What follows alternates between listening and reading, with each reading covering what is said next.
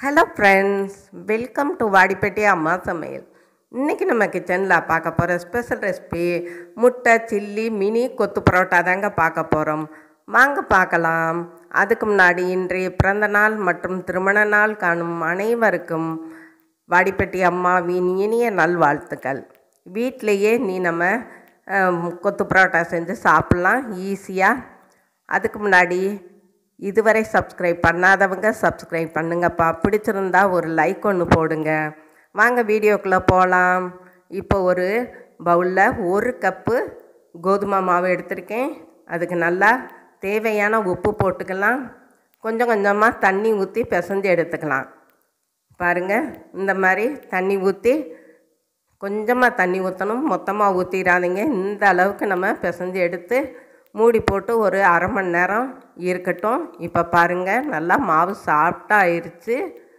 பார்த்தீங்கன்னாவே தெரியும். அதை ரெண்டாக நம்ம பிரித்து எடுத்துக்கலாம். பிரித்து எடுத்துட்டு இப்போ ஒரு பகுதியை நம்ம சப்பாத்தி கட்டையில் போட்டு நல்லா தேய்ச்சி எடுத்துக்கிற போகிறோம், திரட்டிக்கிற போகிறோம். பாருங்கள், இந்த மாதிரி நல்லா அந்த பலகை ஃபுல்லாக தேய்ச்சிக்கிடுவோம். தேய்ச்சிட்டு எண்ணெய் கொஞ்சம் தடவி விட்டுறலாம், எல்லா பக்கமும் ஸ்ப்ரெட் ஆகிற மாதிரி. இப்போ அதை கொஞ்சம் கொஞ்சமாக ஒரு முனையிலேருந்து உருட்டி எடுத்துக்கிடுவோம்.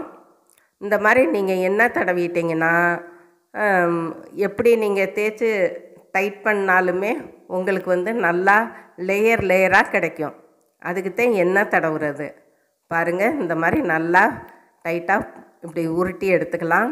எடுத்துட்டு ஒரு கத்தி வச்சு கொஞ்சம் கொஞ்சமாக பீஸ் போட்டுக்கலாம். அப்போத்தே நமக்கு கொத்து பரோட்டா மாதிரி சின்ன சின்னதாக லேயர் லேயராக நம்ம சாப்பிடும்போது நமக்கு கிடைக்கும். பெருசாக போட வேணாம். இதே மாதிரி நான் செய்கிற மெத்தடில் செஞ்சு பாருங்கள். ரொம்ப அட்டகாசமாக முட்டை கொத்து பரோட்டா மினி பரோட்டா கிடைக்கும். இப்போ இதை எடுத்து வச்சுட்டு நம்ம இன்னொரு பகுதியை எடுத்து வச்சுருந்தோம் இல்லையா, அதையும் இதே மாதிரி தேய்ச்சி கட் பண்ணிக்கலாம். வீட்டிலையே நம்ம ஈஸியாக, அதுவும் கோதுமை மாவில் இந்த மாதிரி நீங்கள் பிள்ளைங்களுக்கு புரோட்டா செஞ்சு கொடுத்தீங்கன்னா ரொம்ப இஷ்டப்பட்டு சாப்பிடுவாங்க. கடையில் வாங்கவே தேவையில்லை, மைதா மாவும் நமக்கு தேவையில்லை. பாருங்கள், இந்த மாதிரி கட் பண்ணிக்கிடுவோம். நீங்கள் உங்களுக்கு விருப்பம்னா காய்கறிகளை போட்டு வெஜிடபிள் புரோட்டா செஞ்சுக்கலாம், இல்லை சிக்கன் போட்டுக்கலாம், என்ன வேணாலும் நீங்கள் சேர்த்துக்கலாம். சேர்த்து புரோட்டா செஞ்சுக்கலாம். பாருங்கள், இப்போ பீஸ் பீஸாக இருக்குது, நல்லா கணக்காக வருது. நம்ம பார்க்கும்போதே தெரியுது, அந்த லேயர் தெரியும். பிரித்தோம்னா அப்படியே ரவுண்டாக வந்துக்கிட்டே இருக்கும், அந்த மாதிரி தெரியுது. பாருங்கள், இப்போ உங்களுக்கு தெரியும். இதை எடுத்து நல்லா ப்ரெஸ் பண்ணி விட்டுறணும், குட்டி குட்டி புரோட்டா மாதிரி. பாருங்கள், அழகாக இருக்குது. இந்த மாதிரி நம்ம எல்லாத்தையுமே ப்ரெஸ் பண்ணி போட்டுக்கலாம். இப்போ ஒரு கடாயில் கொஞ்சம் எண்ணெய் விட்டு நம்ம எடுத்து வச்சுருக்க புரோட்டா மினி புரோட்டாவை போட்டுக்கலாம். ஃபஸ்ட்டு கையில் வச்சுட்டு அப்புறம் கொஞ்சம் மீடியம் சைஸில் வச்சு வறுத்துக்கங்க. ஏன்னா கையிலே இருந்தால் வெளியே வந்துடும், உள்ளே அந்த லேயர் வேகாது. அதனால் கொஞ்சம் மீடியம் சைஸில் வச்சு நம்ம வறுத்துக்கிற போகிறோம். இப்போ பாருங்கள், நல்லா கோல்டன் ப்ரௌன் கலருக்கு வந்திருக்கு. நல்லா வெந்ததே நமக்கு தெரியும், சவுண்டும் கேட்கும். பார்த்தீங்களா? இந்த மாதிரி நம்ம இப்போ எடுத்து பொரிச்சதை எடுத்து வச்சுட்டு நான் 2 தடவையாக போட்டேன். பாருங்கள், இன்னொரு சட்டையும் நம்ம போட்டு இந்த வறுத்தாச்சு. அவ்வளோதாங்க, நம்மளோட மினி பரோட்டாவை இப்போ வறுத்து எடுத்துட்டோம். பார்க்கும்போதே சாப்பிட தோணுது. பார்த்தீங்களா? இதிலே மிளகாய்த்தூள் போட்டு சாப்பிட்டுக்கலாம் நீங்கள், உப்பு போட்டு. பாருங்கள், இந்த மாதிரி 2 விரலில் நீங்கள் ப்ரெஸ் பண்ணிங்கன்னா உள்ள லேயர் கிடைக்கும். கிரேவியில் ஊறும்போது நல்லா சாப்பிட்றதுக்கு சாஃப்டாக இருக்கும். இப்போ ஒரு கடாயில் 2 ஸ்பூன் எண்ணெய் விட்டு பட்டை சோம்பு கிராம்பு போட்டுக்கலாம். பிரிஞ்சி இலை போட்டு பொரியவும் 1 கப்பு பெரிய வெங்காயம் பொடியாக கட் பண்ணி போட்டுக்கலாம். பச்சை மிளகா கருவேப்பிலை போட்டு ஒரு கண்ணாடி பதத்துக்கு வரட்டும். வந்த பின்னாடி நம்ம கொஞ்சம் இஞ்சி பூண்டு பேஸ்ட்டும் போட்டுக்கலாம். போட்டுட்டு அதையும் லைட்டாக கிளறி விட்டுக்குருவோம்.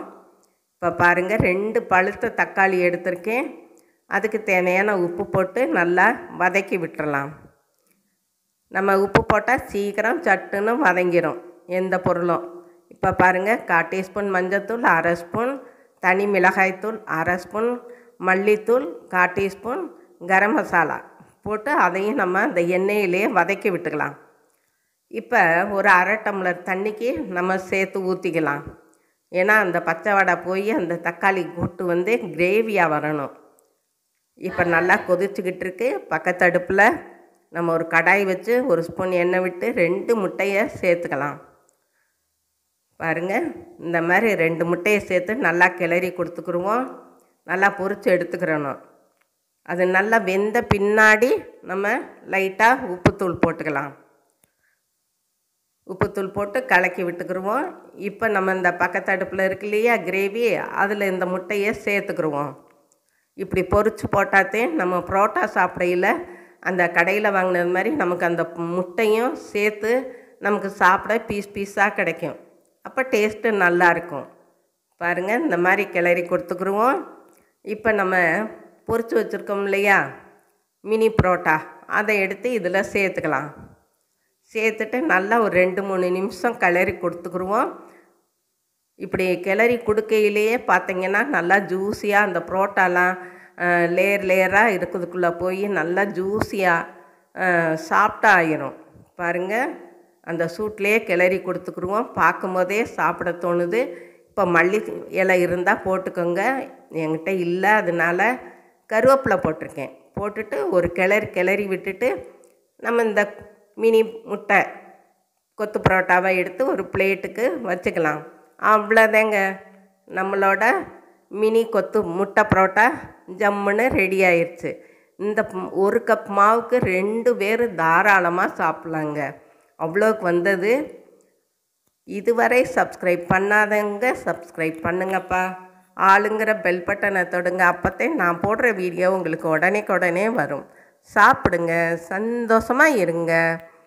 நன்றி, வணக்கம்.